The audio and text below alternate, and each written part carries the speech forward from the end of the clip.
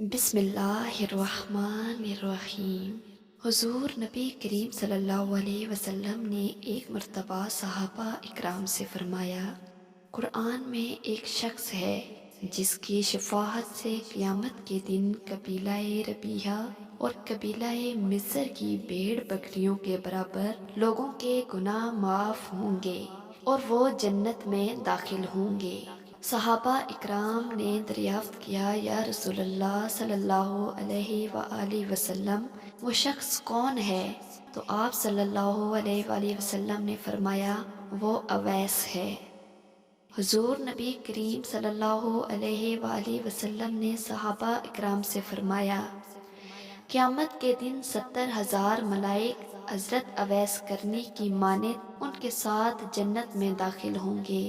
صحابہ اکرام نے وجہ دریافت کی تو آپ صلی اللہ علیہ وآلہ وسلم نے فرمایا، تاکہ مخلوق میں ان کی شناخت نہ ہو سکے اور سوائے اس شخص کے جسے اللہ تعالیٰ ان کا دیدار سے مشرف فرمائے، اس لیے کہ آپ نے خلوت نشین ہو کر مخلوق سے روپوشی اختیار کی اور عبادت و ریاضت کو اختیار کیا۔ روپوشی کی وجہ یہ تھی کہ لوگ کہیں آپ رحمت اللہ کو برگزیدہ نہ سمجھیں، چنانچہ یہی وجہ ہے کہ اللہ تعالیٰ آپ کی پردہ پوشی فرمائیں گے۔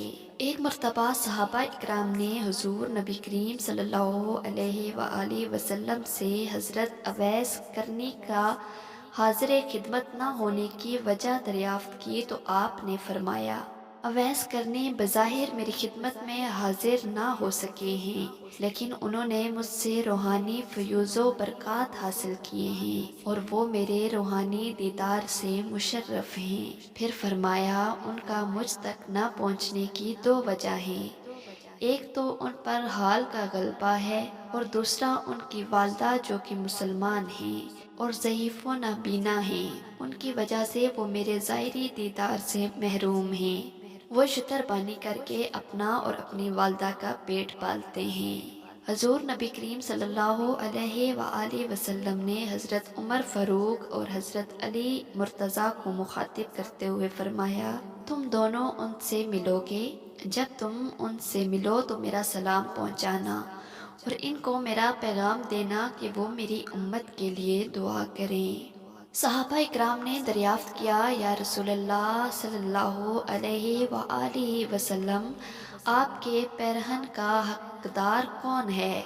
آپ صلی اللہ علیہ وسلم نے فرمایا، میرے پیرہن کا حقدار اویس کرنی ہے۔ حضرت عمر فاروق اور حضرت علی مرتضیٰ رضی اللہ تعالیٰ عنہ کی ملاقات کا حال۔ حضور نبی کریم صلی اللہ علیہ وسلم کے وصال کے بعد حضرت عمر فاروق اور حضرت علی مرتضیٰ مکہ معظمہ تشریف لائے تو حضرت عمر فاروق نے وہاں پر موجود لوگوں سے دریافت کیا کہ ان میں سے کوئی شخص کرن کا موجود ہے، تو کچھ لوگ حاضر ہوئے۔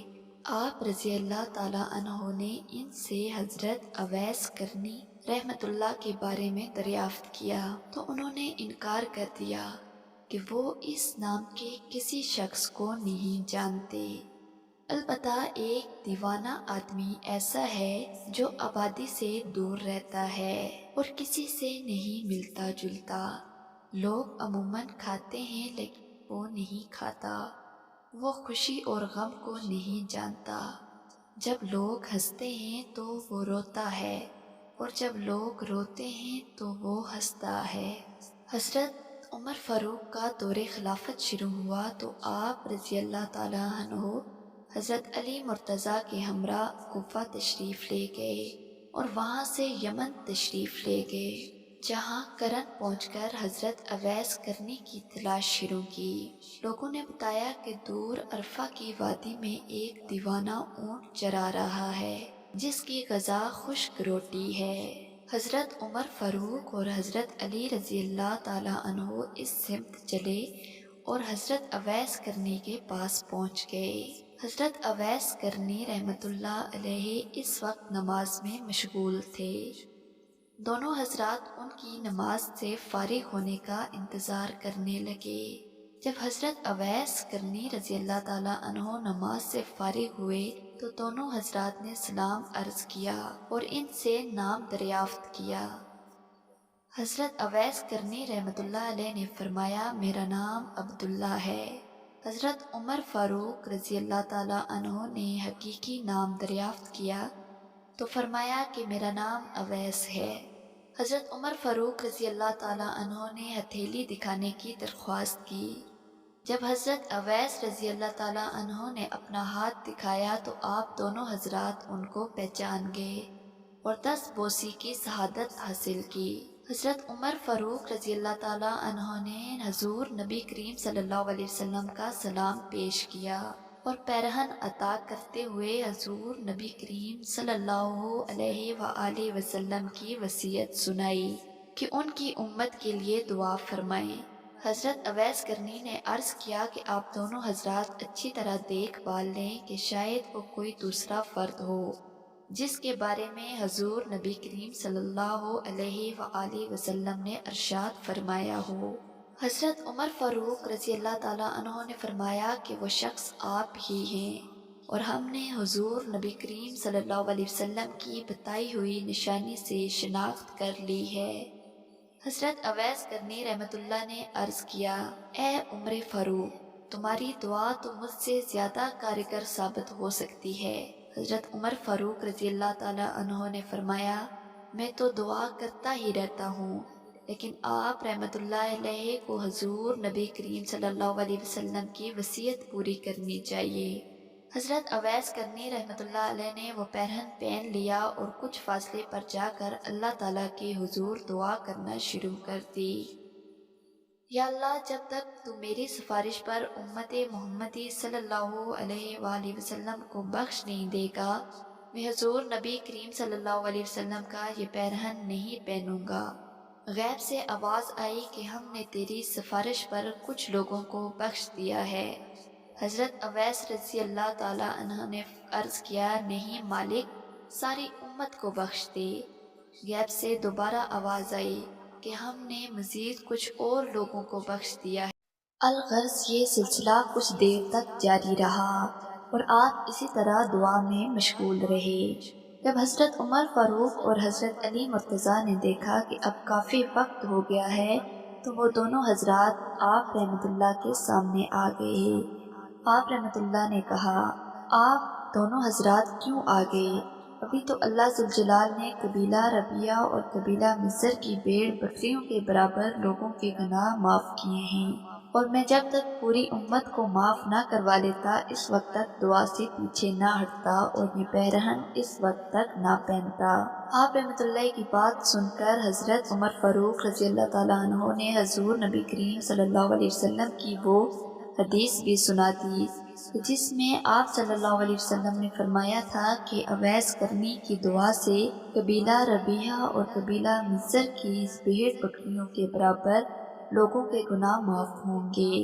حضرت عمر فاروق رضی اللہ تعالیٰ عنہ نے آپ کو ایسے پیرہن میں دیکھا جس میں ہزاروں عالم پوشیدہ تھے۔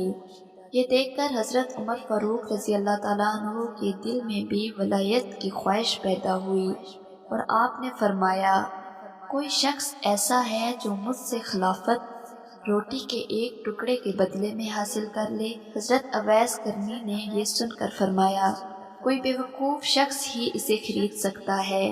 آپ رضی اللہ تعالیٰ عنہ کو چاہیے کہ اس کو فروخت کرنے کے بجائے اٹھا کر پھینک دیں، پھر جس کا جی چاہے گا وہ اٹھا لے گا۔